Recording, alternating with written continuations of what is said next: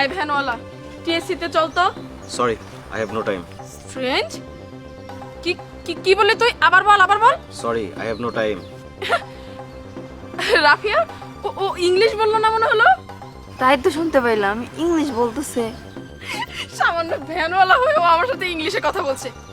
আর কি রে, তুই সামান্য ভ্যানওয়ালা, তোর তো ড্রেস আপ দেখি ভালোই।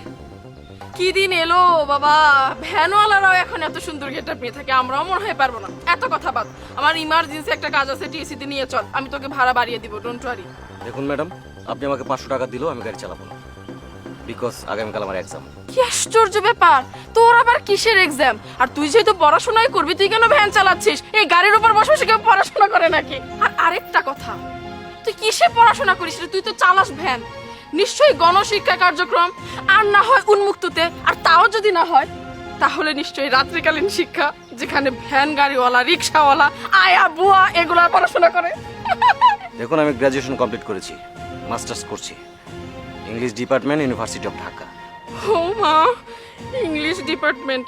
আচ্ছা, আমরা যেন কিসে পড়ি? আমরা তো ইংলিশ ডিপার্টমেন্টে পড়ছি। বড় ভাইয়া, আপনাকে তো এর আগে কখনো দেখিনি, প্লিজ আপনি কি আমাদেরকে একটু র্যাগিং দিবেন?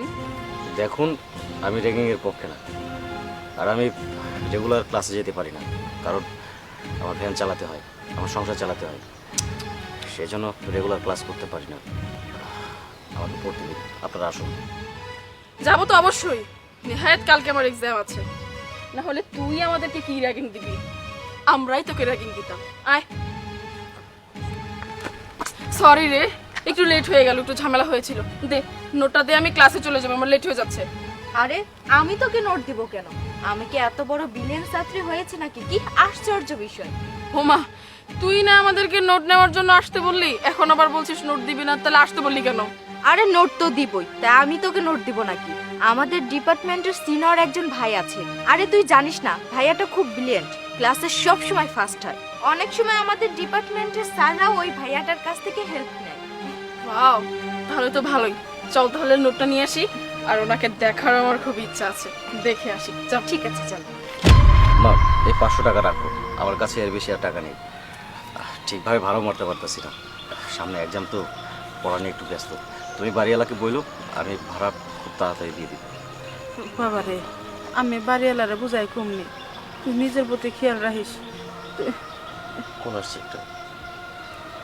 হ্যাঁ বিথি, আচ্ছা ঠিক আছে, আমি আসতেছি। তাহলে তুই বাবা জানি গাড়িটা নিয়ে আমাকে বাড়ির সামনে রাখি গে। আচ্ছা ঠিক আছে। আচ্ছা। কি হলো, এভাবে দাঁড়িয়ে আছিস কেন? বস। আরে না না, আমি বসবো না, আমি তো খুবই এক্সাইটেড। তোর ওই বড় ভাইকে দেখার জন্য আমার তো কিউরিসিটি বেড়েই চলেছে। কি ভাইয়াকে না দেখে ভাইয়ার বর্ণনা শুনেই কি সামথিং সামথিং? তাই তো দেখছি, পায়েলের চোখ দেখে মনে হচ্ছে কত বছর ধরে অপেক্ষা করছি। ওফো, আরে না রে, তোরা ব্যাপারটা যেভাবে নিচ্ছিস, ব্যাপারটা তো মোটেও ওইরকম না। আর হলে হবে, সমস্যা কি? আসসালামু আলাইকুম। ওয়ালাইকুম আসসালাম। কি অবস্থা বিথি, তোমাদের পড়াশোনার খবর কি? ভাইয়া, সেই জন্যই তো আমরা আপনার ওয়েট কাছে ওয়েট, আসছি। রাফিয়া, এটা সেই বেয়াদব ভ্যানওয়ালাটা না? আরে তুই পাগল নাকি? কাকে কি বলছিস? উনি আমাদের ডিপার্টমেন্টের সিনিয়র ভাই, আর কিছুদিন পর আমাদের ডিপার্টমেন্টের টিচার হবে। বিথি, কোনো ব্যাপার না, উনি আমাকে চিনতে পারেনি, আসলে রেগুলার ডিপার্টমেন্টে যাওয়া হয় না তো, সেই জন্য। Anyway, nothing else. শোনো, তোমাদের নোটস আমি রেডি করে রেখেছি, তোমাদের কারো একটা মেল দাও, আমি মেল করে দিচ্ছি।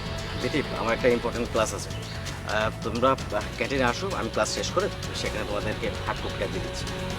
ঠিক আছে ভাইয়া, থ্যাংক ইউ সো মাচ। বাবা শিশির, তোমাকে তো আমি মিস করছি। আসসালামু আলাইকুম আসসালামু স্যার। আলাইকুম স্যার। ওয়ালাইকুম সালাম। এ দেখছি সবাই এখানে আছো। বাবা শিশির স্যার, তুমি আমার অফিসে দেখো, আমি একটা শেক্সপিয়ারের থিওরি নিয়ে সমস্যা করছি। ঠিক আছে স্যার, আমি তো শেক্সপিয়ার নিয়ে স্টাডি করছি, এটা নিয়ে আমি ভাবছি পিএইচডি করবো। ঠিক আছে, আমি প্রবলেম সলভ করে দিব। আচ্ছা ঠিক আছে, তোমরা সবাই ভালো থেকো, তাহলে আমি আসি। হ্যাঁ, আসসালামু ভাইয়া, সরি ভাইয়া, আসলে আমরা তো আসলে মিসআন্ডারস্ট্যান্ডিং করে ফেলেছি, বুঝতে পারিনি সকালেরও বিহেভিয়ারের জন্য এক্সট্রিমলি হ্যাঁ। সরি।